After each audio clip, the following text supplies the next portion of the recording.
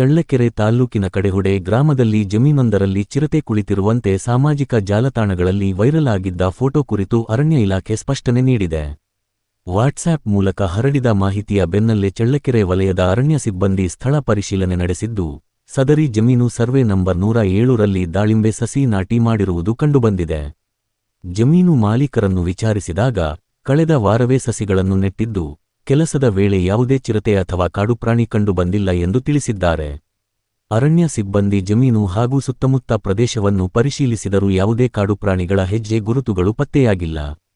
ಹೀಗಾಗಿ ಜಮೀನಿನಲ್ಲಿ ಚಿರತೆ ಹಾಗೂ ಹುಲಿ ಇರುವಂತೆ ಹರಿದಾಡುತ್ತಿರುವ ಛಾಯಾಚಿತ್ರಗಳು ಸಂಪೂರ್ಣ ಸುಳ್ಳು ಹಾಗೂ ತಂತ್ರಾಂಶ ಬಳಸಿ ಸೃಷ್ಟಿಸಿರುವ ಸಾಧ್ಯತೆ ಇದೆ ಎಂದು ಅರಣ್ಯ ಇಲಾಖೆ ತಿಳಿಸಿದೆ.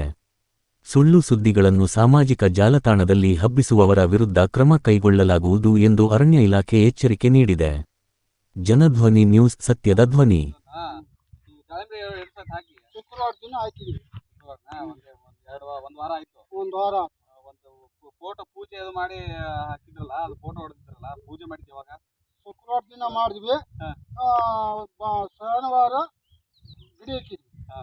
ಚಿಟ್ಟೆ ಪಡ್ತೆ ಯಾವ್ದು ಕಾಮ್ಲಿಲ್ಲ. ಚಿರತೆ ಕಂಡಕ್ಟ್ ಅಂತ ಹೇಳಿ ಒಂದು ಇದು ಬಂದತ್ತೆ, ಎಲ್ಲ ಕಡೆ ಫೋಟೋ ಎಲ್ಲ ಹೋಗೈತಿ, ವೈರಲ್ ಆಗೈತಿ ಊರಾಗೆಲ್ಲ. ನಿಮ್ ತೋಟದಲ್ಲಿ ಚಿರತೆ ಬಂದತ್ತೆ, ಪೂಜೆ ಮಾಡ್ಬೇಕಾದ್ರೆ ಅದನ್ನ ಫೋಟೋ ಹೊಡ್ತಾರೆ. ಹಿಂಗೆ ಸುಳ್ಳ ನಿಜಾನ? ಇಲ್ಲ ಸರ್, ಸುಳ್ಳು. ಸುಳ್ಳಲ್ಲ. ಚಿರತೆ ಏನು ಬಂದಿಲ್ಲ.